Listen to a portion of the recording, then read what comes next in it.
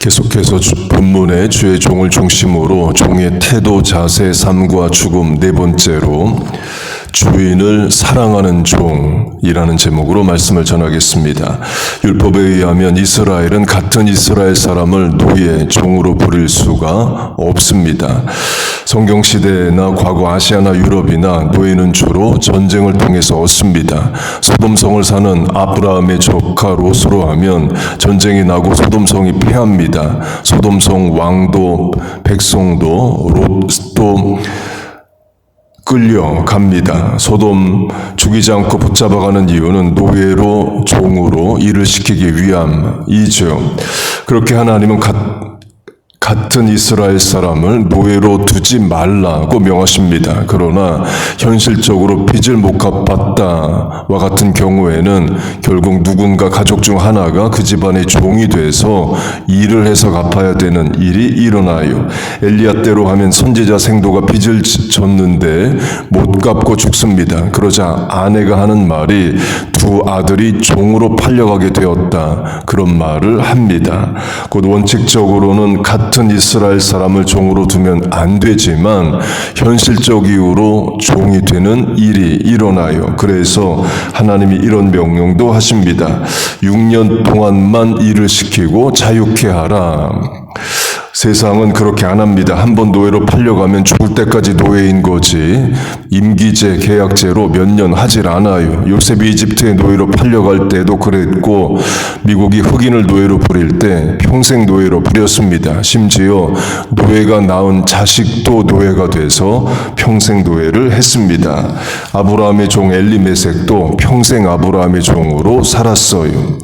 그렇게 이스라엘 사람이 같은 이스라엘 집에 종으로 팔려가서 일을 합니다. 6년 세월이 지났습니다. 그러면 더 이상 종이 아니고 자기 집으로 돌아갈 수 있습니다.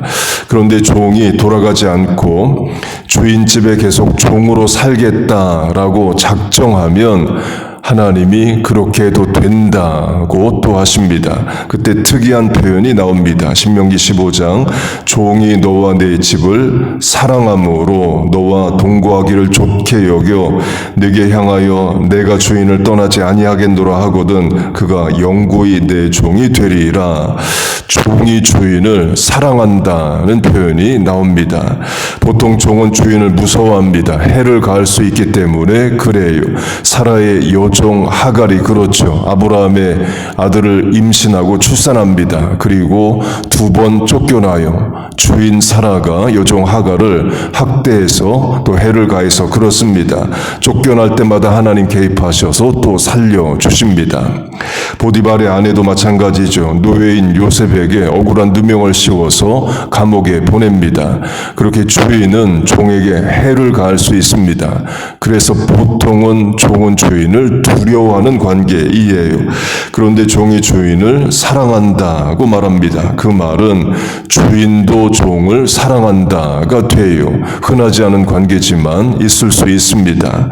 대표적인 예가 아브라함과 종 엘리에셀입니다.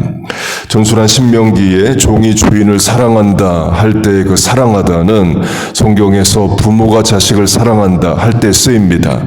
가장 먼저 나오는 장면이 아브라함이 이삭을 사랑하니 때의 그 사랑과 같은 단어이에요. 곧 주인과 종의 관계지만 부모와 자식과 같은 관계가 돼서 서로 사랑할 수 있다는 겁니다. 하나님이 아브라함에게 아들을 주겠다 말씀하십니다. 아브라함이 기다려요. 1년, 2년 지나는데 아들이 생기질 않습니다. 그래서 한 번은 아브라함이 하나님에게 내 상속자는 엘리에셀 종이라고 말을 합니다. 그 말은 아브라함이 엘리에셀을 신뢰하고 자기 전 재산을 물려줄 수 있는 만큼의 종이라는 거죠. 상속자니까 아들처럼 여겼다라고 할 수 있습니다.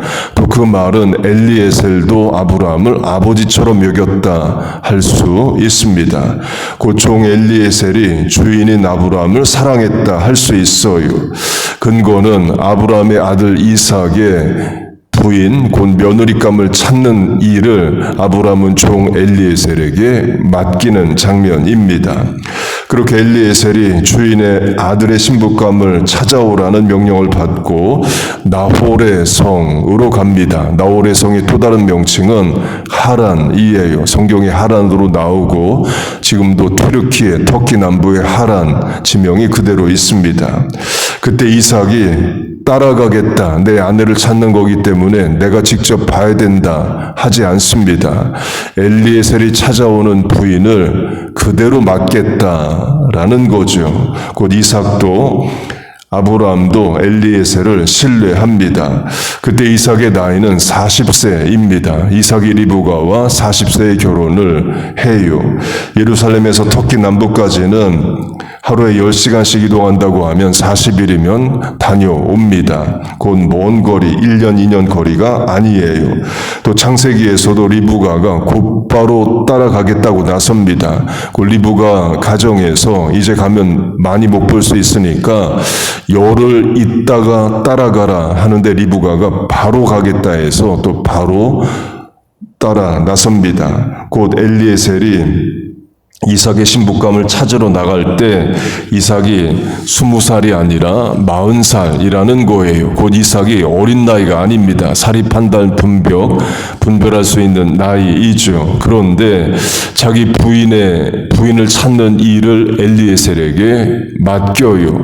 그만큼 믿을 만한 종이 엘리에셀이라를 말합니다.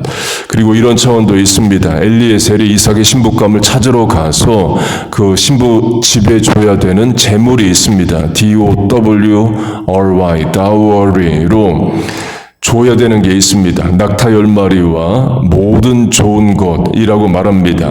곧 아브라함이 신부집에 줄 많은 재물을 주는데 모든 좋은 것이라는 단어가 성경에 쓰입니다. 나중에 엘리에셀이 리브가 집에 주는 것을 보면 낙타와 옷과 은금 폐물을 줍니다. 곧 아브라함이 엘리에셀에게 많은 재물을 줍니다. 그 말은 엘리에셀이 그 많은 재물을 가지고 도망가 버릴 수 있다는 거죠. 이집트나 메소포타미아로 도망가면 찾을 수도 없는 겁니다. 강조점은 믿을 만한 종이라는 거예요. 탕자 비유로 하면 탕자 아버지에게 엘리에셀 같은 종, 믿고 다 맡길 만한 그런 종이 있다면 탕자인 자식과 대비가 되는 거죠. 아들인 탕자는 재물을 주면 탕진해 버립니다. 탕자 아버지 죽으면서 농장 물려주면 탕자는 몇 년 내에 다 까먹을 수 있어요. 그때 탕자 아버지가 한탄한다면 이런 말 할 수 있죠. 엘리에셀이 내 아들이었어야 하는데, 이런 생각할 수 있는 것과 같습니다. 그렇게 엘리에셀이 하란으로 떠납니다. 도착하자마자 바로 기도합니다. 우리 주인 아브라함의 하나님 여호와여, 원하건대 오늘 나에게 순조롭게 만나게 하사 내 주인 아브라함에게 은혜를 베푸시옵소서. 이 말은 주인과 주인집 아들이 정말 잘 되기를 진심으로 바라는 종이라는 거죠. 그러니까 하나님께 기도하는 겁니다. 그리고 전술한 대로 리브가 집에서는 리브가에게 열흘 있다 가라. 이제 다시 못 볼 수 있으니까 우리 좀 열흘 같이 지내자라고 말합니다. 리브가는 바로 따라가겠다 해서 그냥 바로 따라 나옵니다. 곧 바로 가겠다는 말을 누가 하느냐? 엘리에셀이 먼저 해요. 리브가가 거기에 동의한 겁니다. 곧 엘리에셀은 주인이 준 사명을 속히 완성하고 주인집에 가고자 하는 마음인 거예요. 곧 아브라함이 받은 복은 엘리에셀 같은 종이 있는 겁니다. 엘리에셀이 받은 복은 아브라함을 주인으로 섬기는 거예요. 서로 믿고 사랑하고 의지하는 그런 관계입니다. 그런 관계면 신명기가 말하는 종이 주인을 사랑한다가 되는 거죠.